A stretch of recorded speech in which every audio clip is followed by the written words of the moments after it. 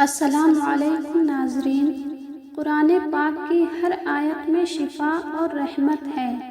آیت الکرسی کو سید القرآن بھی کہا گیا ہے۔ آج کے ویڈیو میں ہم آیت الکرسی کی 3 عظیم فضیلتوں کو سمجھیں گے اور اس کا ترجمہ بھی دیکھیں گے تاکہ ہم ان آیات کا مطلب اچھے سے سمجھ سکیں۔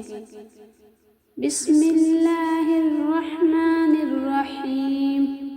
اللہ لا الہ الا هو الحی القیوم لا تأخذوه سنة ولا نوم له ما في السماوات وما في الأرض من ذا الذي يشفع عنده إلا بإذنه يعلم ما بين أيديهم وما خلفهم ولا يحيطون بشيء من علمه إلا بما شاء وسع كرسيه السماوات والأرض ولا يعوده حفظهما وهو العلي العظيم۔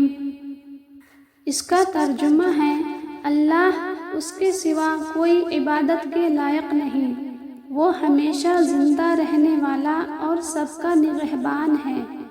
اسے نہ تو اونگ آتی ہے اور نہ نیند۔ جو کچھ آسمانوں میں ہے اور جو کچھ زمین میں ہے سب اسی کا ہے۔ کون ہے جو اس کے پاس اس کی اجازت کے بغیر سفارش کر سکے؟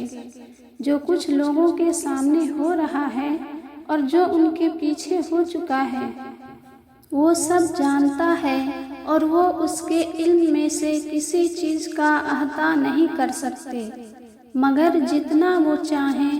اسی کی کرسی نے آسمانوں اور زمین کو گھیرا ہوا ہے، اور ان دونوں کی حفاظت اس پر بوجھ نہیں بنتی۔ وہ بہت بلند اور بہت بڑا ہے۔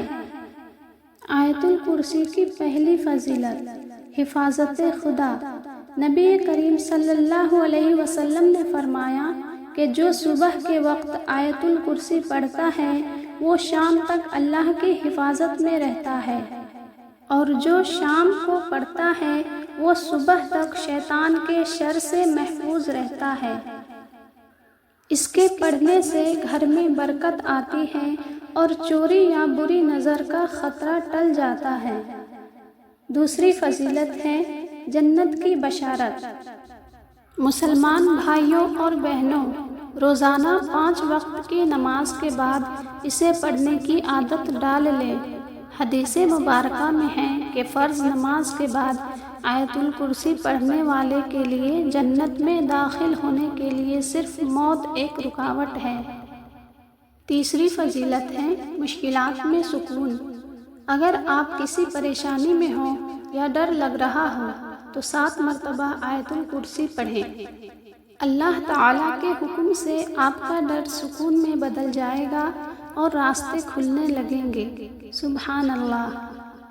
دعا ہے، اے اللہ ہمیں قرآن پاک کی اس عظیم آیت کی برکات نصیب فرما، ہماری زندگیوں میں سکون پیدا کر، ہمیں ہر قسم کے جادو، حسد اور شیطانی وسوسوں سے بچا، ہماری دعاؤں کو قبول فرما اور ہمیں دین پر ثابت قدم رکھ۔